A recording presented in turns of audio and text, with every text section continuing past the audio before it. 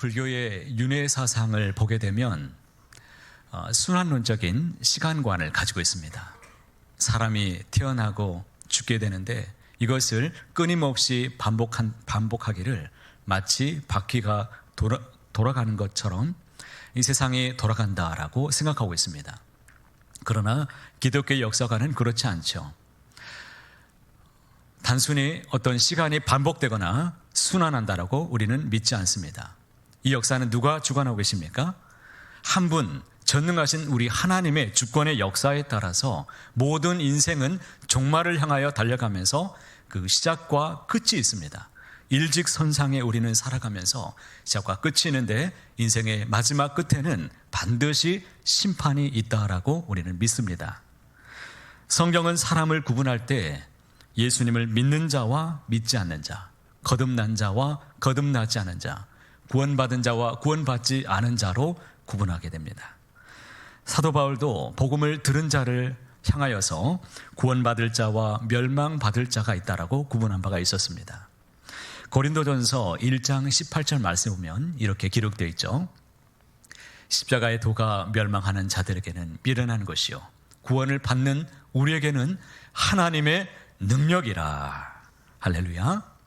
십자가의 도를 믿음으로 구원받은 자가 있고 십자가의 도를 거부함으로 멸망받을 자가 있다라는 말씀입니다. 그런데 사도 요한은 계시에 따라서 주님이 가르쳐 주시기를 복음을 들은 자를 네 종류로 구분하고 있습니다. 11절 말씀 함께 읽어보도록 하겠습니다. 불의를 행하는 자는 그대로 불의를 행하고 더러운 자는 그대로 더럽고 의로운 자는 그대로 의를 행하고 거룩한 자는 그대로 거룩하게 하라. 여기에 보시면 네 종류의 사람들이 있습니다. 복음을 들은 사람들에 대해서 네 종류로 구분하여서 마지막 때에 하나님의 심판대 앞에서 심판을 받게 되는데 불의한 자, 더러운 자, 의로운 자, 거룩한 자로 네 종류로 나눠진다는 것을 우리는 알 수 있습니다. 이 말씀은 우리 주님께서 우리에게 가르쳐 주셨습니다. 그런데 주님께서 복음을 들은 자를 네 종류로 심판하신다고 해서 종말에 인간이 들어갈 곳이 네 곳인가? 그렇지 않습니다. 우리는 영생과 영벌이 있다는 것을 우리는 알고 있습니다. 천국과 지옥으로만 나눠지게 되는 것입니다. 그렇다면 천국에 이 중에 들어갈 사람들은 누가 있겠습니까? 네 종류의 사람 중에서 한번 생각해 보세요. 누구일 것 같습니까? 의미대로 본다면 의로운 자 그리고 거룩한 자가 해당이 될 것입니다. 의로운 자는 의인을 말하고 거룩한 자는 성도를 가리키고 있습니다. 그러니까 의인과 성도는 마지막 때에 하나님의 심판대에서 의로움을 인정받아서 천국에 들어가게 되는데 하나님께서 새 예루살렘에 우리에게 흰옷을 입혀주시고 거룩하게 영생을 누릴 수 있도록 인도해 주십니다. 둘 다 천국에 들어가는데 왜 굳이 하나님은 두 종류로 구분하여서 나누고 있는 것일까요? 또 지옥에 갈 사람들은 누구인 것 같습니까? 의미대로 본다면 더러운 자, 불의를 행하는 자를 이 사람들은 영원한 불못에 들어가게 되는 것입니다. 굳이 이 사람들은 지옥에 들어가는데 굳이 이 사람들을 두 종류로 나누는 이유가 도대체 무엇일까요? 여러분 잘 들으시기 바랍니다. 주님은 불못에 들어갈 불의한 자와 더러운 자를 나눌 이유가 있었습니다. 그리고 뿐만 아니라 의인과 성도를 나누어야 되는 이유가 있었습니다. 그러면 우리는 이들이 과연 어떤 사람인지를 분명히 알아야 될 것입니다. 먼저 불의를 행하는 자는 어떤 사람이라고 성경에서 말하고 있습니까? 모든 사람은 예수 그리스도를 만나기 전에 불순종의 아들들 가운데 역사하는 이런 미혹의 영을 받아서 영의 미혹을 받고 살아가게 되었습니다. 우리는 주님을 믿기 전까지 육신의 소욕을 따라서 살아갔습니다. 우리는 세상의 전부라고 생각하기 때문에 이 세상에서 건강하고 돈 많이 벌고 명예를 얻는 데 인생을 걸며 살아가는 존재였습니다. 자신이 원하는 것을 얻기 위해서 취하는 과정에서 의식적이든 무의식적이든 악한 말을 하고 온갖 죄를 지으며 살아가는 사람들이었습니다. 눈에 보이는 세상의 전부라고 생각해서 살아갔기 때문에 하나님의 심판에 대해서 생각하지 않고 그저 세상적으로 살아가는 존재였습니다. 그러나 하나님은 우리 모든 인생이 진리를 깨달을 수 있도록 두 가지 장치를 만들어 놓으셨는데, 그 첫 번째가 무엇이냐면 창조하신 세계를 통해서 우리 주님은 자신을 끊임없이 우리에게 계시하고 계십니다. 이를테면 자연 모든 만물을 통해서 질서정연하게 온 세상이 돌아가는 것을 보면서 사람들이 의문을 갖습니다. 도대체 이 모든 것은 우연일까? 누가 과연 만들어 놓으셨을까? 설계자가 누구일까라는 궁금증을 갖게 됩니다. 뿐만 아니라 오늘 피었다가 지는 꽃들을 보면서 그 생명은 누가 만들어 놓으셨을까? 누가 돌보고 계시는 것일까? 그렇게 뜨겁던 지난 여름도 가을을 막을 수 없으니 이 사계절은 과연 누가 만들어 놓으셨을까? 이러한 본질적인 물음을 통해서 절대자이신 하나님을 바라볼 수 있도록 하나님이 장치를 만들어 놓으셨습니다. 뿐만 아니라 하나님은 자신이 죄를 깨달을 수 있도록 양심을 우리에게 만들어 주셨습니다. 양심이 찔림으로 사람들은 절대자에 대해서 두려움을 갖기 시작합니다.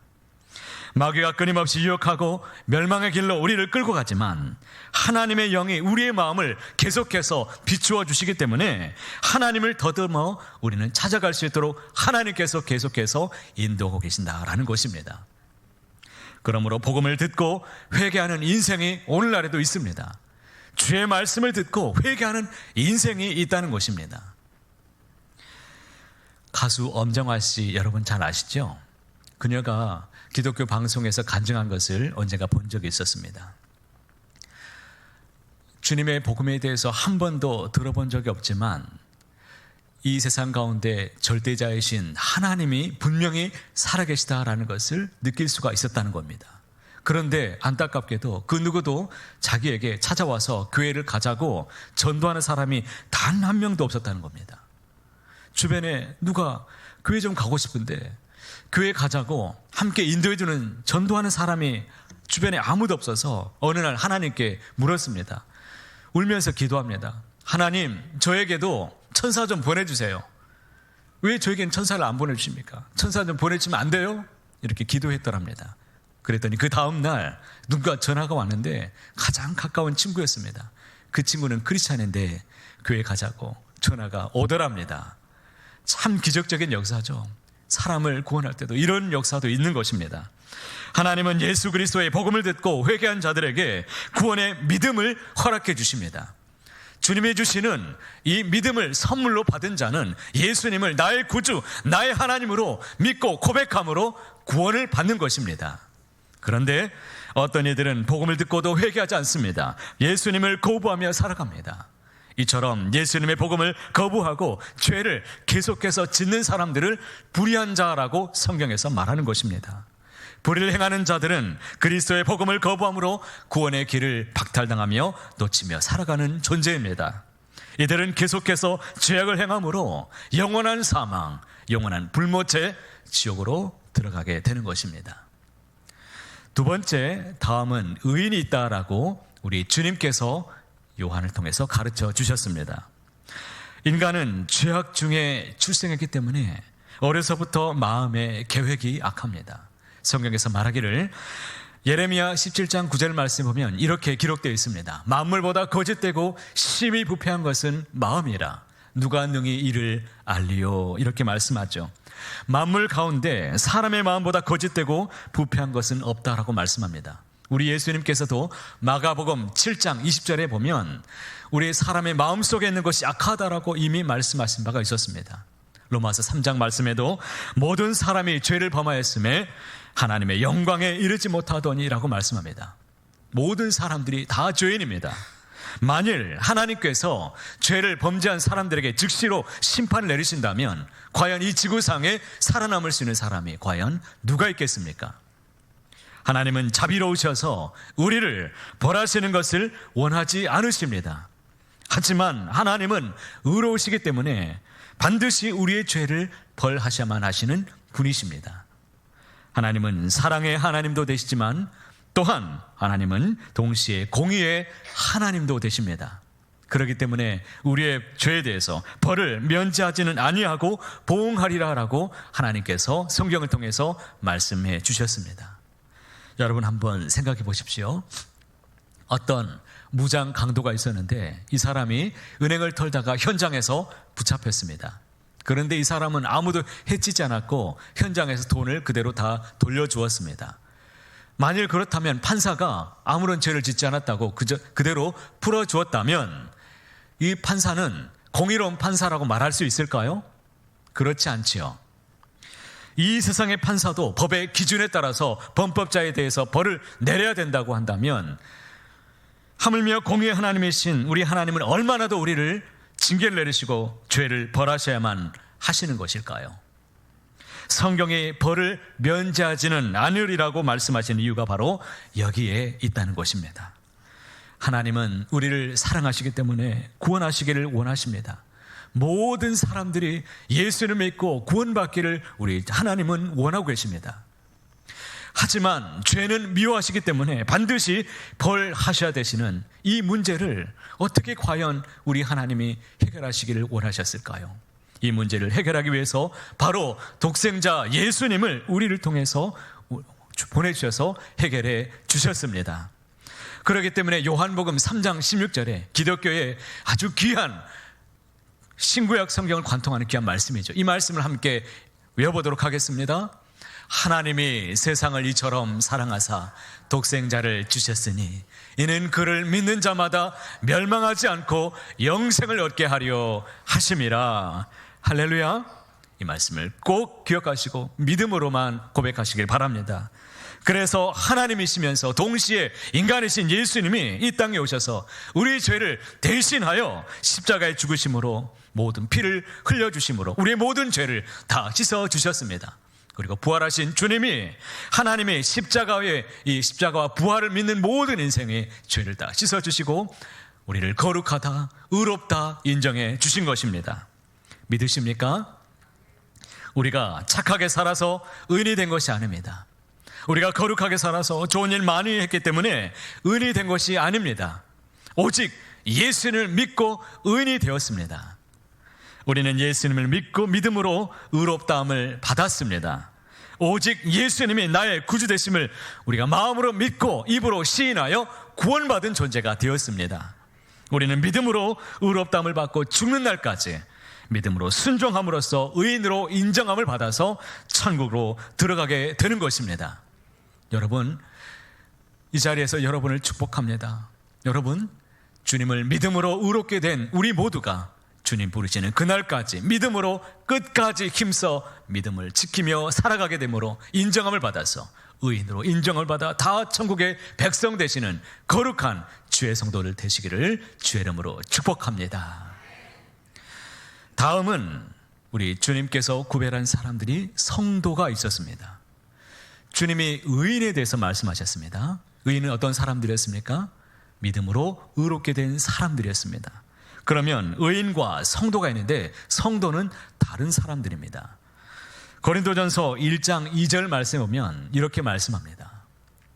고린도에 있는 하나님의 교회 곧 그리스도 예수 안에서 거룩하여지고 성도라 부르심을 받은 자들, 그리고 어떤 사람들이 있습니까? 예수 그리스도의 이름을 부르는 모든 자들. 그러니까 두 종류를 분명히 얘기했습니다. 그리스도의 이름을 부르는 자들은 의인입니다. 믿는 사람들. 그런데 거룩해진 사람들이 있는데 바로 성도가 구별되어 있습니다. 성도라는 말은 거룩한 무리를 말합니다. 성도는 하나님의 자녀로 의에 순종함으로써 거룩해진 사람들을 구별하여서 성도라고 성경에서 말하고 있습니다. 믿음으로 의롭게 되었지만 구원받은 것으로 만족하지 않고 구원받은 이후에 하나님 앞에 구별되어 살아감으로 말씀을 믿으며 따라가서 힘써 살아감으로 이 사람들은 성화를 이뤄낸 사람들입니다. 여러분, 성도라는 이름이 얼마나 존귀한 이름인지 모릅니다. 우리가 교회에서 봉사직을 받게 되는데 보통 집사, 권사, 장로로 우리가 부르게 되죠. 그런데 아무것도 직분을 받지 못한 사람들을 우리가 무엇이라고 부르고 있습니까? 성도라고 부르죠. 혹시 여러분 성도라고 불러서 기분이 나쁜 분이 혹시 계십니까? 성도라는 이름은 믿는 자들이 받는 가장 존귀한 이름입니다. 우리는 천국에 무슨 권사, 장로로 들어가지 않습니다. 우리가 교회 올 때 세상에서 내가 사장이고 뭐 잘나가는 사람 모든 직함을 다 내리고 교회 오는 것처럼 천국에 들어가서 장로로 들어가지 않습니다. 목사로 들어가지 않습니다. 오직 의인으로 하나님을 믿기 때문에 성도로 들어가게 되는 것입니다. 저는 성도가 되길 원합니다. 주님 앞에 인정을 받는, 의롭다고 인정을 받을 뿐만 아니라 주님 앞에 거룩한 성도라고 칭함을 받는 그런 존재로 살아가기를 소망합니다. 의인과 성도는 모두가 천국에 들어가게 됩니다. 영원한 하나님의 나라, 새 예루살렘에서 영생을 누리게 될 것입니다. 그런데 왜 하나님이 굳이 의인과 성도로 구별하며 나누고 있느냐, 이것입니다. 하나님이 의인과 성도를 구별하시고 성도가 되라고 하시는 이유가 있습니다. 그것은 종말의 심판 때문입니다. 하나님이 세상을 심판하실 때 재판에 참여할 원고들이 반드시 필요합니다. 그 원고가 누구이냐면, 여러분, 이 말씀 앞에서 제가 꼭 드리고 싶은 이야기는, 하나님이 심판하실 때 원고들이 필요한데, 우리가 하나님의 심판대에서 하나님이 직접 인간들을 직접 고소하고 심리하고 그들을 판결하신다라고 우리가 생각하기 쉬운데 그렇지 않습니다. 하나님은 온 인류의 재판장으로 그 자리에 서 계십니다. 원고가 누구이겠습니까? 하나님의 말씀을 그대로 믿고 순종하면서 의롭게 된 사람들, 그리고 말씀을 따라 실천한 성도가 그 자리에 원고로 서 있게 될 것입니다. 그럼 피고는 누구일까요? 그리스도의 말씀을 거부하고 복음을 거부했던 모든 사람들이 피고로 그 자리에 서 있게 됩니다. 그러면 검사의 역할은 누가 하는 것일까요? 천사들이 죄악들에 대해서 증거를 낱낱이 그 자리에서 고발하게 될 것입니다. 변호사는 누구일까요? 우리를 위해서 피를 흘려주신 우리 주 예수님이 그 자리에서 우리를 변호해 주시는 것입니다. 여러분, 묻겠습니다. 하나님의 심판대에서 없어서는 안 되는 원고들이 있어야 된다고 말했습니다. 이 원고들이 누구라고 말했습니까? 하나님의 말씀을 그대로 믿고 순종한 바로 성도들이 그 자리에서 하나님의 심판대에서 원고로 서 있게 된다는 것입니다. 하나님은 성도들에게 세마포옷을 입혀주십니다. 요한계시록 19장 8절 말씀 보니까 이렇게 기록되어 있습니다. 함께 이 말씀 함께 읽어보겠습니다. 그에게 빛나고 깨끗한 세마포옷을 입도록 허락하셨으니 이 세마포옷은 성도들의 옳은 행실이로다. 할렐루야. 옳은 행실이라고 해서 세상에서 착하게 살아가는 삶이 아니라 거룩한 삶, 성도로서 마땅히 주의 말씀을 믿고 순종해낸 거룩함을 이룬 사람들, 이 성도들을 하나님께서 세마포옷을 입혀주신다는 것입니다. 성도는 하나님의 자녀로 하나님과 깊은 관계를 맺고 살아가면서 이 세상 속에서 하나님의 뜻을 온전히 순종하며 살아가는 사람들입니다. 교회의 일원이 되어서 서로 사랑하고 서로 존중하고 섬기며 살아가는 사람들, 빛의 자녀로 열매를 많이 맺는 하나님의 영광이 되는 사람들입니다. 성도는 이 세상에 살아가지만 세상과 구별되어 살아가기 때문에 하늘의 소망을 품고 살아가는 사람들입니다. 비록 힘들고 어려워도 이 세상에 주관하에 살아가지 않습니다. 세상에 살아가지만 하늘의 소망을 품고 하나님의 주권하에서 주관을 받으며 살아가는 사람들입니다. 그러기에 이와 같이 거룩한 삶을 통해 이웃에게 그리스도의 살아계심을 날마다 삶을 통해 보여주는 사람, 이 사람들이 성도라 칭함을 받는 거룩한 존재, 바로 그러한 사람들인 것입니다. 여러분 따라해 보시겠습니다. 거룩한 성도가 됩시다. 주님의 성도가 됩시다. 바라기는 여기 계신 모든 분들이 주님의 성도가 다 되시기를 주님의 이름으로 간절히 소원합니다. 마지막으로 성경에 보면 더러운 자가 있습니다. 우리가 잘 알아야 되는데 이 존재에 대해서 우리가 많이 알아야 될 필요가 있습니다. 불의한 자와 더러운 자는 둘째 사망인 불못에 들어갑니다. 지옥에 들어갑니다. 그런데 이 둘에 대해서 예수님께서 왜 굳이 구분하고 있느냐, 이것입니다. 어떻게 구분이 되어집니까?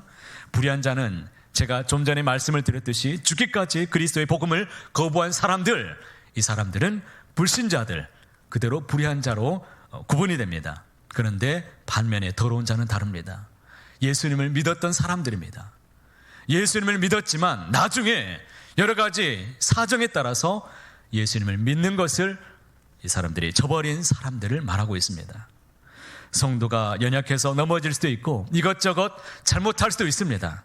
심지어 하나님에 대해서 오해해서 원망하기도 하고 낙심해서 허우적될 수도 있습니다. 그러나 고의로 믿음을 저버려서는 절대로 안 된다는 것입니다. 믿음을 저버리는 일에 대해서 곧 배도라고 말하는데 성경에 보니까 이런 사람들을 여러 가지 형태로 증언하고 있습니다.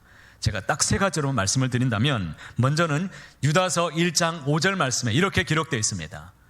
주께서 백성을 애굽에서 구원하여 내시고 후에 믿지 아니하는 자들을 멸하셨다라고 말씀하죠. 출애굽 1세대들을 생각해 보십시오. 그들은 하나님의 은총을 받았습니다. 장자의 죽음의 재앙에서 유월절 어린 양의 피로 말미암아서 그들은 기적의 구원을 다 받았습니다. 그 피로 구원받았던 사람들이죠.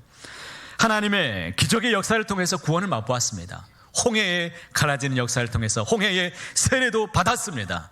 그러나 광야에서 그들이 다 불순종에 빠졌습니다. 불신앙에 빠짐으로 그들이 우리가 영적인 하나님의 나라 가나안 땅, 약속의 땅에 그들은 모두가 들어가지 못하고 멸망을 다 받았다는 것을 우리는 말씀을 통해 알고 있습니다.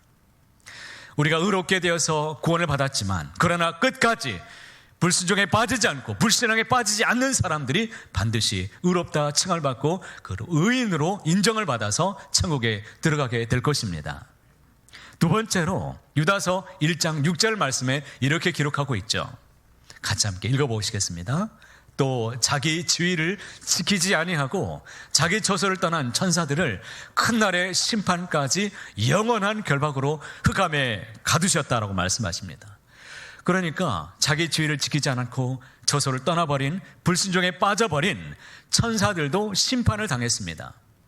오늘날 우리도 자신의 직분을 저버리거나 하나님이 주신 사명의 자리가 있는데 그 자리를 떠나버리면 믿음을 저버리는 것으로 배도로 주님이 간주하신다라는 것입니다. 우리에게 주신 직분이 있죠.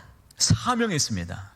그렇기 때문에 우리는 그 어떤 사람들보다 직분의 사명을 더 잘 감당하는 사람들이 되어야 될 것입니다. 유다서 1장 7절 말씀에 이런 말씀이 있죠. 소돔과 고모라와 그 이웃 도시들도 그들과 같은 행동으로 음란하며 다른 육체를 따라가다가 영원한 불의의 형벌을 받음으로 거울이 되었느니라. 세 번째 종류는 어떤 사람들입니까? 우리는 소돔과 고모라가 죄악 가운데 멸망받았다는 것을 잘 알고 있습니다. 그런데 어느 도시들도 멸망당했습니까? 이웃 도시들도 멸망당했습니다. 왜 멸망당했을까요? 거룩한 행실에 살아가지 않고 같은 행동으로 세상과 똑같이 살아가기 때문에 불의의 형벌을 받게 되었다는 것입니다. 우리는 성도로 부름을 받았지만 세상 속에서 여전히 교인이라고 하지만 겉모습만 교인으로 살아가는 사람들이 있습니다. 그래서 이런 말 있죠. 교회에 다닌다고 해서 다 천국에 들어가는 것이 아니다라는 말이 바로 여기에 있는 것입니다. 겉모습은 교인이지만 세상에서 똑같이 세상 사람과 구별되지 않고 죄악 가운데 여전히 똑같이 살아가는데 어떻게 이 사람을 의인이라고 말할 수 있겠습니까? 주님의 나라에서 심판대에서 죄의 복음을 듣고 의롭게 되었다고 말하지만 이 사람은 하나님 앞에서 심판을 받게 될 것입니다. 예수님을 믿음으로 의롭다함을 받고 의롭다고 우리가 칭함을 받고 세상과 구별된 자가 여러 가지 모양으로 세상에서 시험을 당할 수 있고 어려움 가운데 넘어질 수도 있고 그러면서 믿음을 버렸을 때 성경은 그런 사람들을 더럽힌 자라고 말하는 것입니다. 마지막 날에 더러운 자는 하나님의 심판을 통해서 이루 말할 수 없는 형벌에 처하게 된다는 것입니다. 우리는 예수님을 믿으면 천국에 가고 믿지 않으면 지옥에 간다라는 이런 도식을 많이 들었을 것입니다. 성경은 복음을 거부하는 이런 불의한 자들에 대해서 많은 얘기를 했지만 그러나 더 많은 얘기는 훨씬 더 많이 증언했던 말씀은 믿었지만 더럽힌 자들에 대한 이야기가 더 많습니다. 대표적인 예가 무엇이냐면 씨 뿌리는 자의 비유입니다. 씨 뿌리는 비유에서 돌짝밭이나 가시덤불이 바로 더러운 자를 상징합니다. 농부가 씨를 뿌렸습니다. 많은 사람들에게 다 씨를 뿌리죠. 누가 구원받을지 알지 못하기 때문에 우리는 뿌리는 겁니다. 그러면 덜어는 길가에 떨어지죠. 길가에 떨어지면 누가 주워 먹어버립니까? 새가 와서 얼른 주워 먹어버립니다. 길가는 무엇을 상징합니까? 이런 강팍한 우리의 심령을 말합니다. 말씀을 들어도 듣지 않고 말씀을 믿으려고 하지 않는 사람들, 그 자체로 생명이었기 때문에 불신자라고 말하고 불의한 자라고 말합니다. 이미 말했기 때문에 이 사람들은 그냥 제쳐두고, 문제는 어떤 사람들이냐면 돌밭과 가시떨기입니다. 흙이 얇은 돌밭에 떨어진 씨앗은 바위에 온기가 있기 때문에 씨앗이 금방 발화되어서 틔워지게 됩니다. 씨앗을 틔우지만 뿌리를 내릴 수 없기 때문에 해가 뜨면 어떻게 되는 겁니까? 금방 말라서 죽게 됩니다. 돌밭에 뿌려진 신앙은 과연 어떤 사람을 말하고 있는 것입니까? 성경에서 말하기를 주님을 믿기로 하였으나 감정적으로 주님을 믿는 사람들을 말합니다.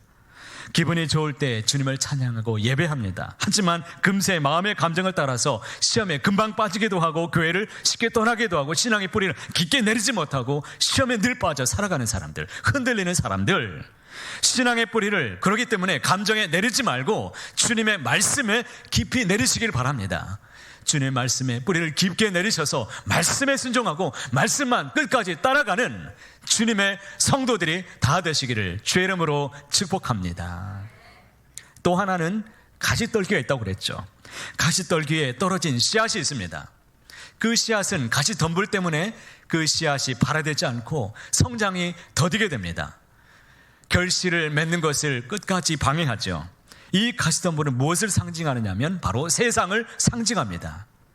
육신의 정욕과 안목의 정욕과 이생의 자랑에 빠져서 살아가게 되는 것입니다. 이런 신앙은 어떤 사람들을 말하는 것입니까?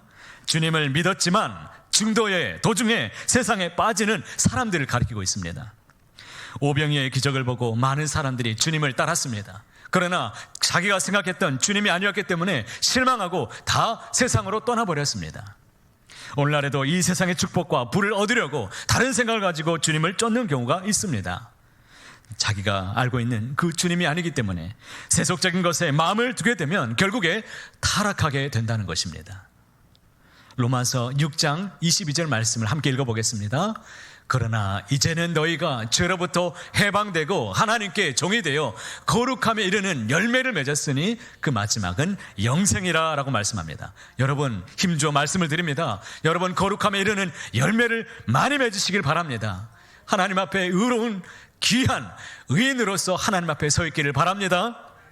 주님은 말씀하십니다. 믿음의 결국은 곧 영혼의 구원, 곧 영생이라고 말씀하신 것입니다. 성경은 우리에게 거룩한 자가 되라고 계속해서 말씀합니다. 베드로전서 1장 15절 말씀, 이번 주 하가다 말씀인데요, 이 말씀 계속 읊조리시기 바랍니다. 함께 읽어보겠습니다. 오직 너희를 부르신 거룩한 이처럼 너희도 모든 행실에 거룩한 자가 되라라고 말씀하십니다. 거룩한 자가 누구라고 말씀했습니까? 성도가 되라는 것입니다. 여러분 성도가 되시길 바랍니다. 이제 말씀 맺겠습니다. 주님은 끝까지 믿음을 지킨 자들을 의인이라고 칭해 주셨습니다. 예수 안에서 죽고 예수 안에서 다시 살면서 믿음을 지키면서 거룩함에 이르는 자들을 우리 주님은 성도라고 부르셨습니다. 그들에게 흰옷을 우리 주님이 입혀주셨습니다. 믿는 것과 아는 것의 하나가 되어서 그리스도의 장성한 분량의 충만한 대가에 이르시기를 바랍니다. 성도는 하나님의 심판대에서 이 세상과 천사들까지도 심판하는 권세를 받는 사람들입니다. 그러니 여러분 예수님을 믿어 의롭게 되시고 의롭게 된 저와 여러분이 주님의 거룩한 성도가 다 되시기를 바랍니다. 성도라는 이름 앞에 부끄럽지 않도록 세상에서 구별되어 살아가게 되시기를 축복합니다. 바라기는 여기 계신 모든 분들이 주님의 성도가 다 되어서 주님의 보좌 앞에 거룩함을 입는 주의 나라에서 영원한 복을 누리시는 저와 여러분 모든 성도들이 되시기를 주의 이름으로 간절히 소원합니다.